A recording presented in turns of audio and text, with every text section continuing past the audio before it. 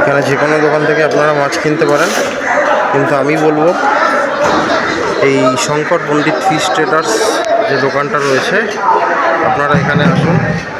এখানে খুব ভালো কোয়ালিটির মাছ এরা বিক্রি করে। আমরা প্রতিবার যখনই মাছ নিই এখান থেকেই নিই।